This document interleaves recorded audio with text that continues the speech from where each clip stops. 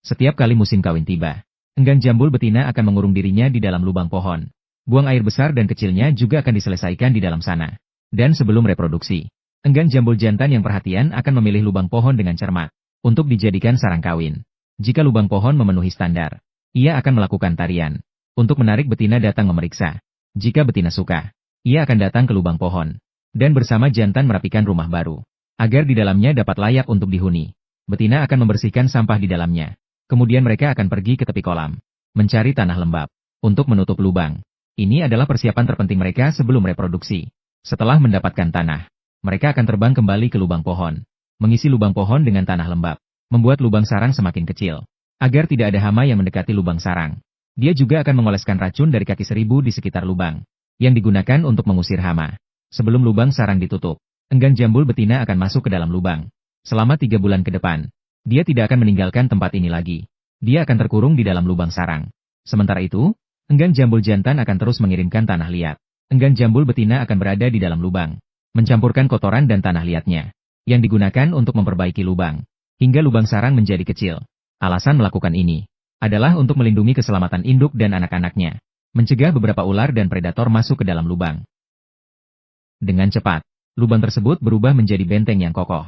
Hanya ada celah kecil untuk mengirim makanan masuk. Dan pada saat yang sama, induk burung juga melahirkan buah cinta mereka.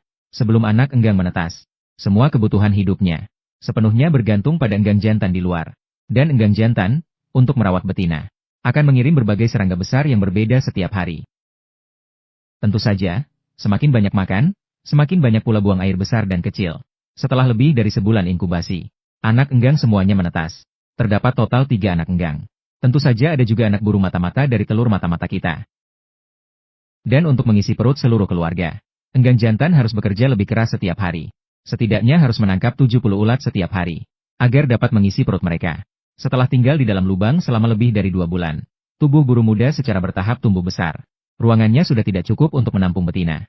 Maka, ia membongkar lubang keluar, mengintip kepalanya keluar, mengorek lubang sampai sebesar mungkin agar bisa keluar. Meskipun ia keluar, lubang tersebut tetap dapat mencegah predator. Meskipun agak sulit, namun akhirnya mereka berhasil keluar. Setelah ibu burung keluar, mereka secara naluriah menguatkan lubang dengan liur mereka. Dan beban ayah burung jantan juga akan berkurang banyak. Sekarang, 2 burung itu membawa pulang serangga.